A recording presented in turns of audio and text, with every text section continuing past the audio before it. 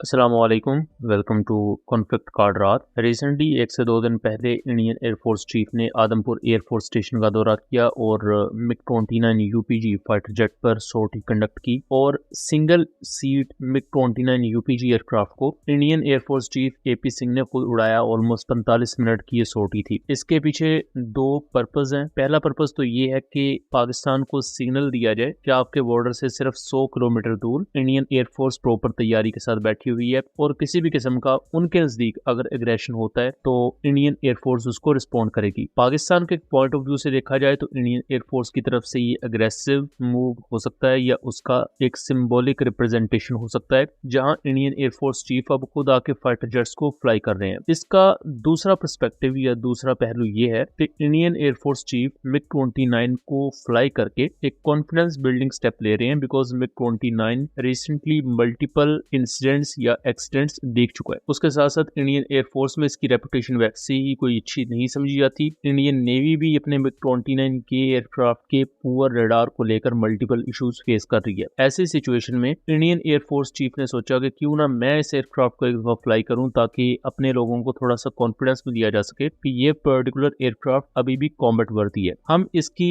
Recent होने वाली upgrades को लेकर बात करेंगे और आपको फैक्चुअली बताएंगे कि ये एयरक्राफ्ट जितना बताया जाता है उससे कई गुना ज्यादा पुअर है अपनी परफॉर्मेंस को लेकर। इवन अपनी सॉफ्ट पावर यानी कि एवियोनिक्स के मामले में ये पाकिस्तान के पुराने GF-17 ब्लॉक 2 से भी ज्यादा पुअर है। इन तमाम चीजों को डिटेल से डिस्कस करते हैं, लेकिन वीडियो में आगे बढ़ने से पहले अगर आप पहली दफा चैनल पर आए तो चैनल को सब्सक्राइब कर लीजिएगा एंड वीडियो पसंद आए तो इसे ज्यादा से ज्यादा आगे शेयर कीजिएगा। दोस्तों, आदमपुर एयरफोर्स स्टेशन जहाँ ये पूरी सेरेमनी हुई सो कॉल्ड, जहाँ मिग 29 को लेकर कॉन्फिडेंस बिल्डिंग एक्शंस परफॉर्म किए गए। आदमपुर बेस वो पर्टिकुलर एयर बेस जिसको पाकिस्तान आर्मी की आर्टिलरी कोर ने स्ट्राइक किया था मई 2025 में, और यहीं पर S-400 सिस्टम भी डिप्लॉय थे। इसके साथ साथ पाकिस्तान एयरफोर्स ने भी यहाँ एयर स्ट्राइक कंडक्ट की थी जिसमें S-400 के चीज बोर्ड रेडार को डिस्ट्रॉय कर दिया गया था। मई 2025 के क्लैशेस में ही एक मिग 29 एयरक्राफ्ट पाकिस्तान एयरफोर्स ने शूट डाउन भी किया था जिसका मलबा रामबन के एरिया में गिरा और इसके रैकेज की ये फुटेजेस वगैरह आप देख सकते हैं। मिग 29 एयरक्राफ्ट 1986 में इंडियन एयरफोर्स ने लिए थे और इनका बेसिक मकसद पाकिस्तानी F-16 को काउंटर करना था। लेकिन मिग 29 ना सिर्फ पाकिस्तानी F-16 के खिलाफ हमेशा फेलियर का शिकार रहे हैं, बल्कि वर्ल्ड वाइड भी सोवियत मिग 29 कभी भी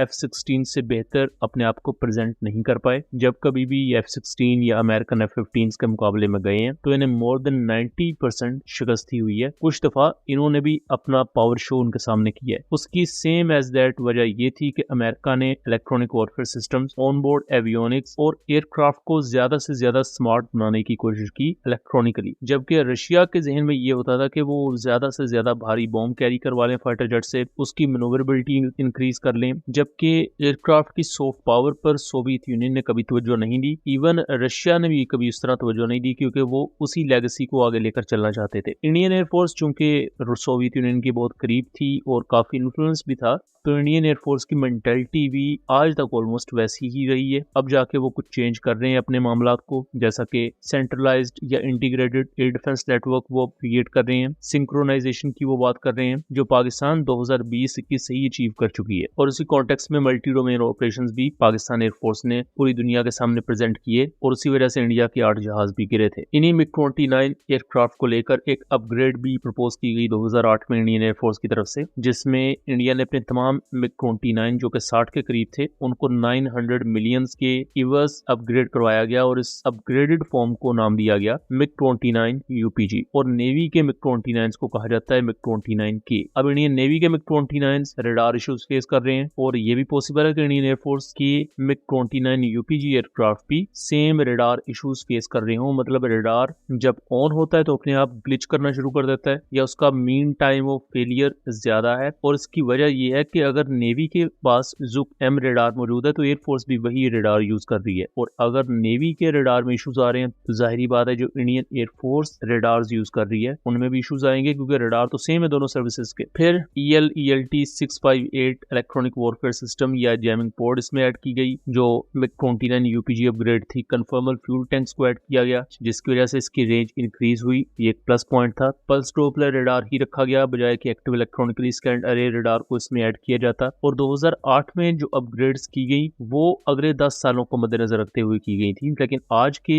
मॉडर्न सिनेरियो को देखा जाए तो जितनी जल्दी टेक्नोलॉजीज इवॉल्व हो चुकी हैं, मिग-29 सीरियस कैपेबिलिटीज लैक करते हैं, जैसा कि proper air to ground weaponry या डेडिकेटेड ऐसे वेपन्स मिग-29 पर आपको देखने को नहीं मिलेंगे। एंटी-शिप मिसाइल जरूर कैरी करते हैं, लेकिन वो नेवल वेरिएंट्स है। एयरफोर्स वाले वेरिएंट्स सिर्फ एयर सुपीरियोरिटी के रोल में इंडियन एयरफोर्स इस्तेमाल करती है। ये गाइडेड बॉम्ब्स को फायर नहीं कर सकते या इन्हें कभी उस तरह डिप्लॉय ही नहीं किया गया उस रोल में, सिर्फ एयर टू एयर रोल में इन्हें यूज किया जाता है। और वहां इवन ये JF-17 ब्लॉक 2 से भी ज्यादा पुअर है। पुअर इस सेंस में है कि मिग-29 एक पुराने इलेक्ट्रॉनिक वॉरफेयर सिस्टम को यूज करते हैं। उसके मुकाबले में इवन जो पाकिस्तान के पुराने JF-17 ब्लॉक 2 है, ये पंजनत इलेक्ट्रॉनिक वॉरफेयर पोर्ट जो कि modern KG-600 electronic warfare port का पाकिस्तानी वेरिएंट है, प्लस JF-17 ब्लॉक 2 पर modern targeting ports, high and low band jammers को भी देखा गया है। तो अडेप्टेबिलिटी या ऑपरेशनल इलास्टिसिटी के हवाले से इवन पुराने JF-17 ब्लॉक 1 और 2 अभी बेसिकली ब्लॉक 2 ही है। सीरियल नंबर उस पर 1 लिखा होता है, ब्लॉक 1 वाला बेसिकली वो अपग्रेड हो चुकी है तमाम के तमाम। तो ये पुराने JF-17 भी काफी अपग्रेडेड है सॉफ्ट पावर के लिहाज से। बाकी मिग-29 चूंकि ट्विन इंजन एयरक्राफ्ट है, ज्यादा रेंज रखता है, ज्यादा पेलोड कैरी कर सकता है, तो उस लिहाज से इसे एज रहेगा। बट जो मेन चीज होती है आपकी वेपनरी, जैसा कि अगर JF-17 थंडर है वो एक लाइट कॉम्बैट एयरक्राफ्ट है, बहुत ज्यादा पेलोड कैरी नहीं कर सकता, बट स्टिल